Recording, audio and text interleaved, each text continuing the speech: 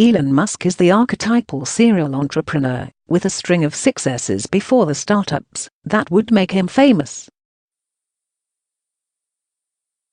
Robert Downey Jr. turned to Musk for help getting into character as Tony Stark for the 2008 film Iron Man.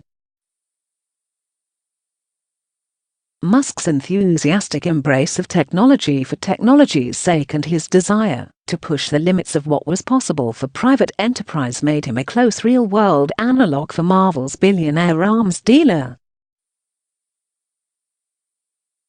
Born in South Africa in 1971 to an American mother and South African father, he made his first $500 at the age of 12, selling a computer game he had coded to the magazine PC and Office Technology.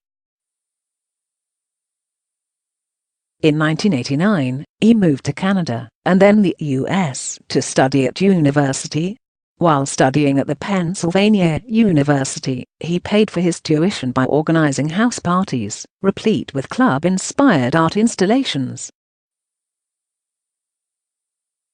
At the time, he wrote a business plan for an electronic book scanning service akin to the one Google would launch more than a decade later.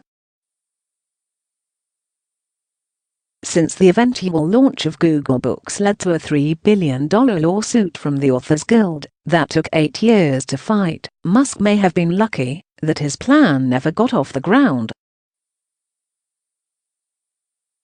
His first break came in 1995, when he and his brother Kimmel started the web software company Global Inc. Information Network, which created and licensed online guides to cities to newspapers. The company was rebranded as ZIP2 and won contracts with the New York Times and Chicago Tribune, before selling to Compaq in 1999 for more than $300 million. Musk reinvested those proceeds into XCOM, an online financial services and payment company, which became PayPal. Customers found the name X confusing, and some assumed it was pornographic in nature, according to the firm's market research. PayPal grew rapidly, but largely without Musk. He was pushed out as chief executive in 2000, but remained on the board with enough stock to get a windfall of $165 million when the company was sold to eBay in 2002.